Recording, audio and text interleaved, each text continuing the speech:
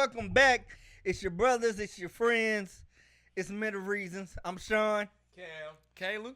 and today we finna have a, kind of in depth conversation a little bit. We're gonna talk about the importance of decision making and planning for the future. So, you guys, as we see, as the world continues to evolve and things, I think it is imperative that we as adults now and generations behind us start preparing for the future, for whether that be finances, whether that be health, whether that be marriage, a myriad of things. Like, start thinking about it now so when it does come time to be in those spaces and be in that season, you're prepared for it. So, what do you guys think about that? Also for the little ones. Please for the Yeah. little Yeah. ones. Yeah. Because they're YouTube. Times change. People don't. But there's been a slight shift, and I don't understand what's going on. People are out here outside. Y'all heard that? Y'all heard that term? And I'm trying not to talk like the young people.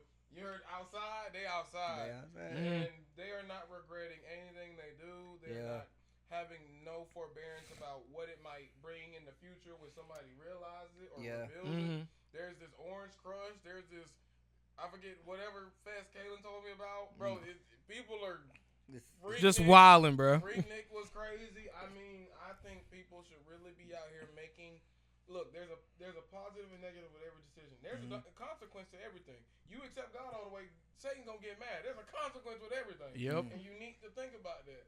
In every decision you do. And I think people just aren't thinking about it in wholesome because they're thinking, if I get outside and I do what I'm gonna do, then they're gonna just have to rock how they rock. No, because then when they are going through life, the young ones, because I'm bringing to a young one, not a financial aspect, because y'all should be better with that, but somebody else will touch on that. But when the young ones are out here having to fight the world and be who they supposed to be and all these challenges and all this extra nonsense that everybody talking about, they don't need to be fighting battles that you also then created for them to fight. From what you did. Your I agree. past come back to haunt them, and now they got to fight. And they're like, wait, why am I defending you? What were you doing? I just came out. And see, we don't question the parents, but we should. But we don't, because we don't want to know everything that they did. So I'm saying, if you don't want your kids to have to fight more battles than they ever had to in their life, think before you act. That's just what I want to say. That's a good way No. to close that. No, I'm just saying, but because it's outside, bro. So. no, but Campers made a good point, especially back to the financial aspect. Like, we're in a present time to where people are buying land, people are buying livestock, people are trying to make it to where they're still able to live comfortably and not get their homes taken, repossessed, or get kicked out, foreclosed. So, especially from a lot of parents right now, especially with the kids, like, get a job. Well, most Gen Zs don't even want to get a job now. So it's like, what y'all got going on? YouTube. Something social media, something. But no, in all honesty, especially to get prepared, buy livestock, buy land. There are most people living on land right now because that's their financial key. If you're not on social media, Yeah. so especially for most kids now who do not want to work a job, then y'all got to find something to do because not everybody can be an entrepreneur. Not everybody can own the businesses and stuff. Because if everybody own business, has to be a worker. yeah, Someone does. someone has to work. But nah, especially with the livestock and land, sell eggs, sheep milk, goat, something like that. Like, there are so many things that you can do that you can actually start making a good term living for your kids, and especially for the future. Because if you don't want to do it now, don't wait till the future now. Yeah, I just think it's and granted, I'm gonna be honest with you too. We didn't do the best planning with our younger years. Let's just keep it honest. Let's keep it. But some things we did were really good. And some things real foolish. Yeah. Exactly. We're just like you. So Yeah. we are not speaking from a perspective of we had it all together. We didn't. We did not. And no one truly does, because you don't even know what you're going to do tomorrow. Facts. Yeah. You don't even, hell, some of y'all don't even remember what you did yesterday. And that brings it to a point, like, to be intentional about your future, to be intentional about the decisions that you make, you do need to plan your day. Yep. What does your day look like to you? What does a day of successful wins, a day of successful habits look like for you, so that you can start going in that direction. Because, like Campers always says, life is about decisions. Choices and trade-offs. Yep. You can't have everything. Yeah. And some people think you can. I don't know where they get that notion from. Because who in the world literally has everything? Thank you. See what I'm saying? You can't have everything. You got bread, your family crap. You got family, your money crap. You can't have everything. Nope. So something has to give by the wayside. It just has to. It's a scale. Life is a literal scale. You know? I get you. So, but yes, YouTube. We cannot stress the importance of planning and trying to have some idea of what you're gonna do in the future and put some ideas to it and weigh those decisions. In your decision making, there's a scale. I can have fun, but then I'll miss out on class, or I'll miss out on studying, or you see what I'm saying? There's a scale to everything. Yep. And I think that people should really, really start weighing that scale when they make these decisions, especially in the future. But if you know you're finna have a little one, please, I can't stress that enough. Please don't be outside. Think about it, because a lot of the times when they come in, you know, whatever circumstance you kind of got going on, they're now pulled into said circumstance. And I know that everyone doesn't think that way, but a lot of times they come in not knowing anything because they're ignorant, because they know nothing, and then they get hit with a bag of bricks in the beginning of life. It doesn't always have to be that way. It doesn't have to. Yeah. It can be better. You can be better. The situation can be better. And you just have to now make sacrifices and choices and decisions you want to make for that to happen. You see what I'm saying? Because I want you to know something, YouTube. When I have my first son, I don't got one yet, but when I have mine, we're going to watch Remember the Titans. I'm being serious. He's so he's so serious. He's going to be sending the hamper thing, and that's what I'm going to do. Because my son is going to be a better version of me, and I want him to be. But to do that and start planning for that, I need to start making the decisions now to kind of forbear and get rid of all the old bad decisions and start making better ones. I'm not saying I'm doing that now. I mean, making bad ones now, but you know, even do better. You know, so that's what that's my point. Make it easier for them. Yeah. I'm not saying don't make them have to understand what it took to get to where you're going. No, there's lessons in everything. Yeah. But just the need to just let them come in and be all struggling and looking crazy, you know, I'm gonna go against that. And then there are key points. You can do trust, you can do land, you can do finances, you can do anything that you can prepare your kids for. Like you can do a whole multitude of things, even life insurance.